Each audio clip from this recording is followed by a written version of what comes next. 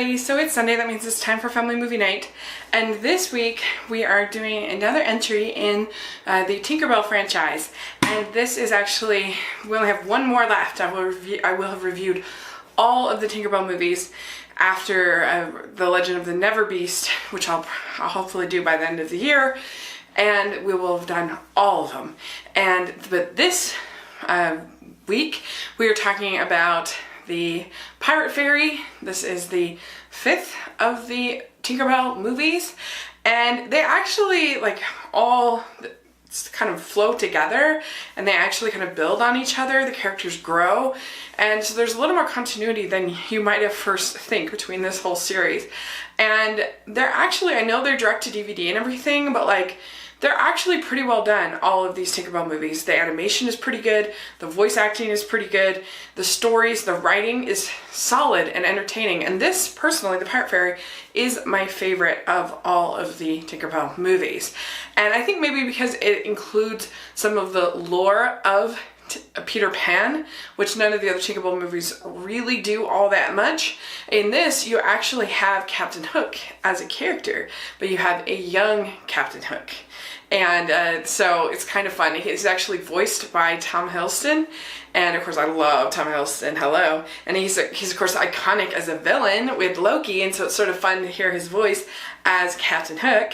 And the story is basically about this fairy named Zarina, and this is really the first one that really focuses on another character outside of TinkerBell. She's more of a supporting character. She's one of the girls as opposed to the lead character in the story. I think maybe that's why I like it. It's just a little bit different.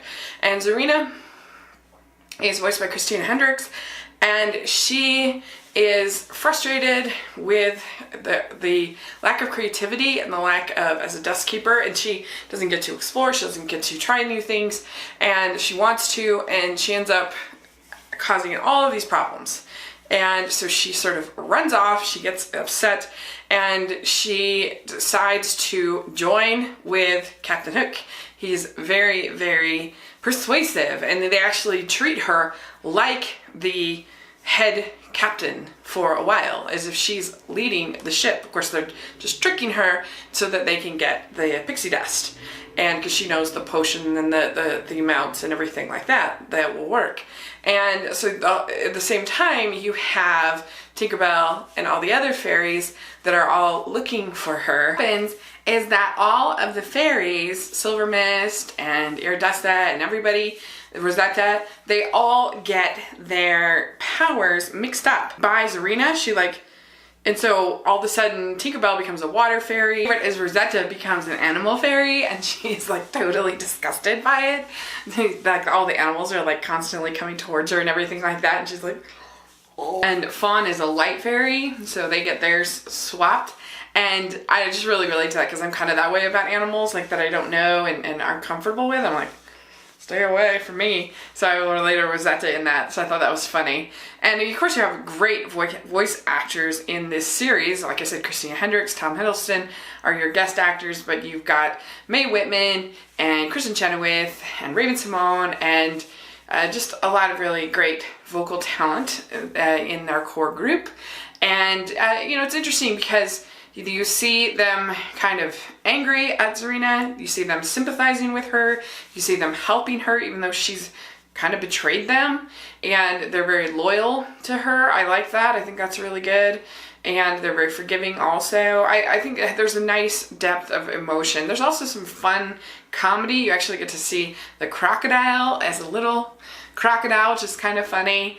And there's some nice animation sequences with the ship that becomes a flying ship with the pixie dust, and like I said, there's lots of little hints at Peter Pan with the second star to the right, and we got to go this way, and the crocodile, and some of that other stuff. It's really fun. You actually see Mr. Smee at the end of this, so I just really enjoy it. I think it's well done. I think it has some nice character moments.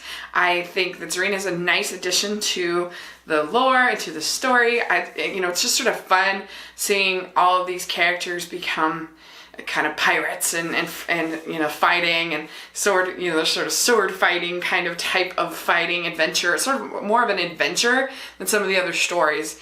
And maybe the Great Fairy Rescue kind of has some of those elements, but this is just really a lot of fun. Whereas in some of the other ones, like the Fairy Wings and stuff, they're more sort of like fighting nature, fighting magic. This is more sort of a classic sort of adventure and a fun sort of pirate story.